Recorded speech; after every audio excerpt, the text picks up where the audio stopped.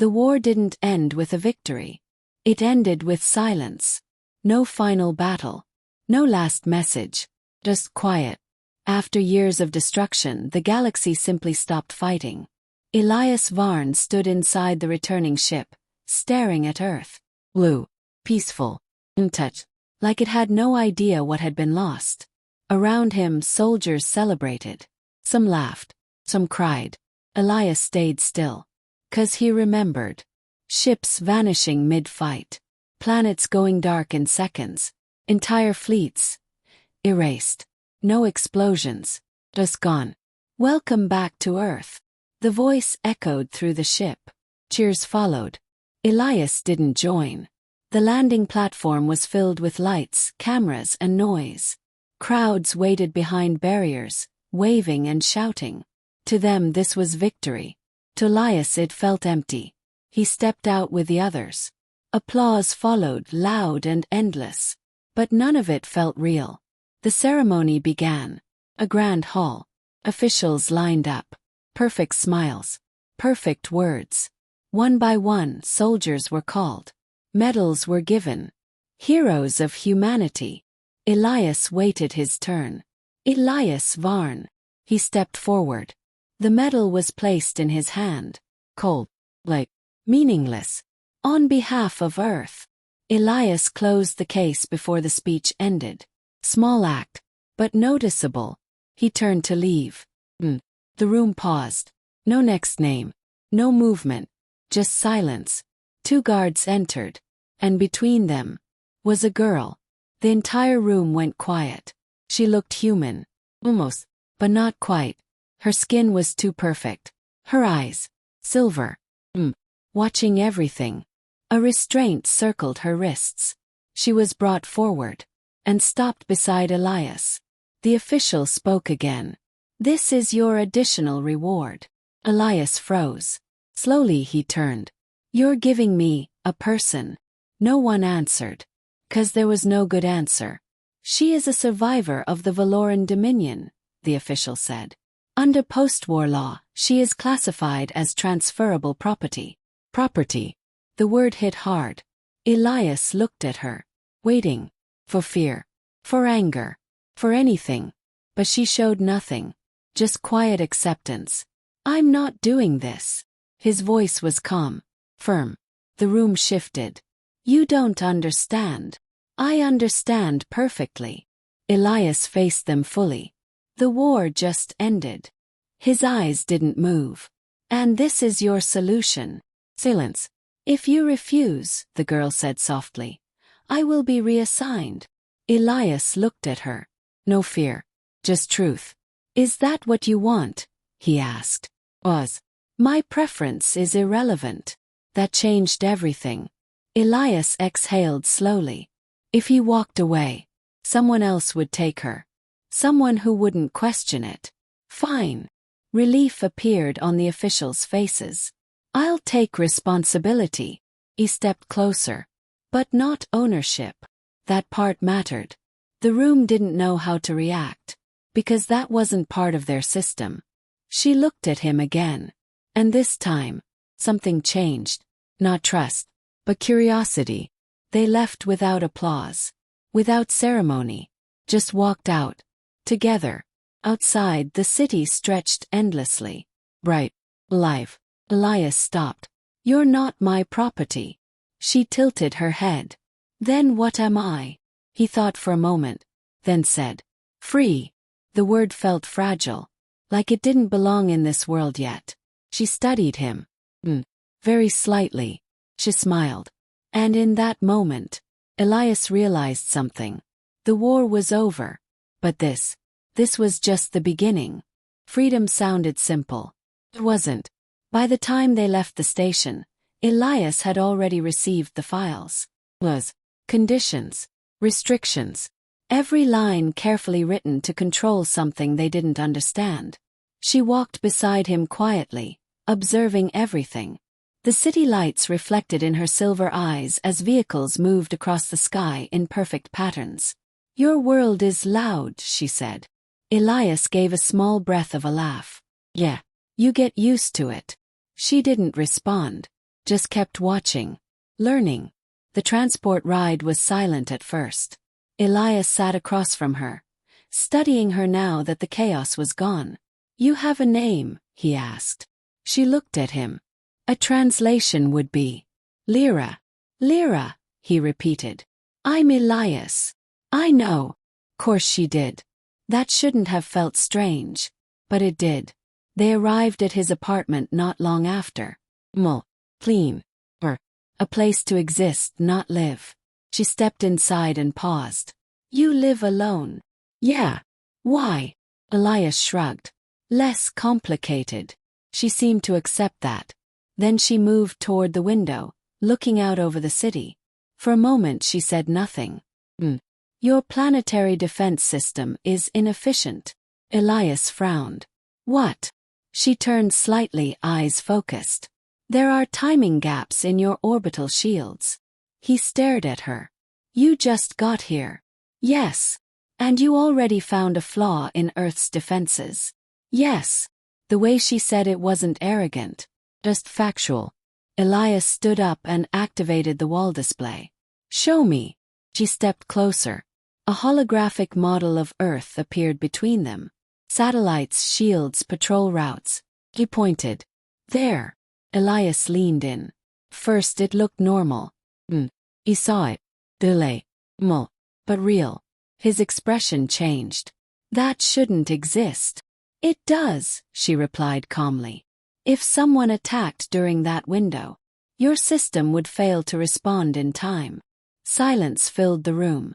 Elias leaned back slowly. Years of human engineering. Spotted in minutes. He looked at her again. "Can you fix it?" "Yes." "How long?" 2 hours. Elias let out a quiet breath. Of course it was that simple for her. He ran a hand through his hair. "You realize what happens if people find out?" "Yes." "They won't let you walk free." "Yes." Still no fear. Just understanding. "Then we don't tell them," Elias said. Agreed. For the first time the room felt steady. Like maybe, just maybe, this could work. Elias's wrist device lit up. Incoming transmission. Priority. He sighed. "Yeah." That didn't last long. She looked at him. "Who is it?" "Government." "Course. They want to evaluate you." She didn't react. "That was expected." "You're not nervous." She met his eyes. "My world was destroyed." Elias nodded slowly. "Fair point." They stepped back outside. The night air felt colder now. He didn't like this. Didn't trust it. "They're going to test you," he said. "Yes." "They're going to push." "Yes." "And if they think you're dangerous, they will attempt control." Elias glanced at her. "You say that like it's normal." "It is." That hit harder than expected. The transport arrived. They stepped inside. This time the silence felt different.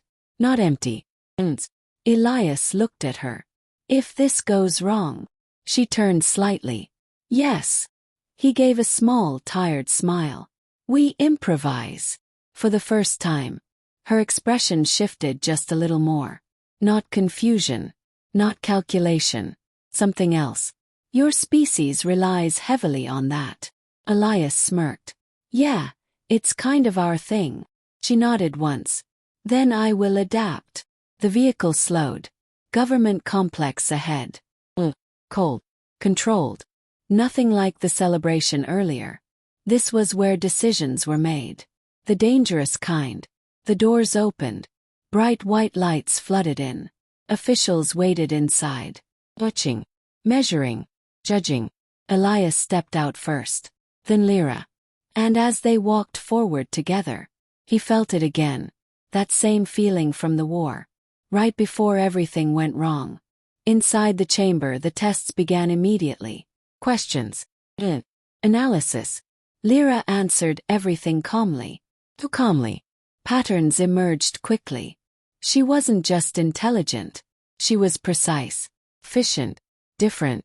And they noticed. Elias could see it in their eyes. Interest. Greed. Concern. Danger.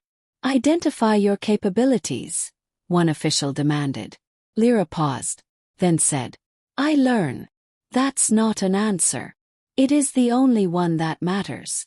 The room went quiet. Elias exhaled slowly. This was going to be a problem. Minutes passed. Data filled the screens. And then, one of the analysts froze. Sir, you need to see this. The main display shifted.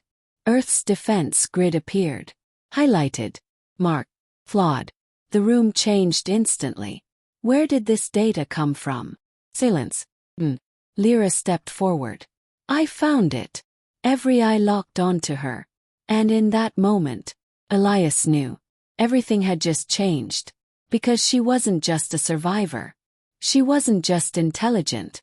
She was something far more dangerous. Something no one in that room was ready for. And this time, there would be no silence before the storm. The room went silent. Not the kind from before. This one was sharp, focused, dangerous. Every screen displayed the same thing. Earth's defense grid. And its flaw. Highlighted. Confirmed. Real. Where did you get this? The lead official demanded. Lyra didn't hesitate. I observed it. Murmurs spread across the room. That's not possible. It is. Her voice didn't rise. Didn't shake. It didn't need to. Because the data was already proving her right. Elias stood still, watching the shift happen in real time. Curiosity turned into interest. Interest turned into calculation. And calculation turned into intent. He knew that look. He had seen it during the war. Right before something valuable stopped being treated like something alive. Can you fix it? The official asked. Lyra nodded. Yes.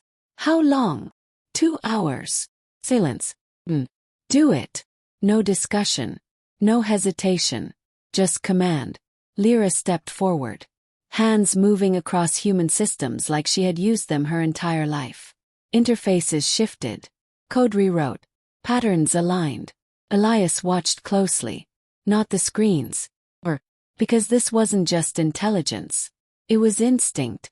Understanding at a level humans hadn't reached. Minutes passed. No one spoke.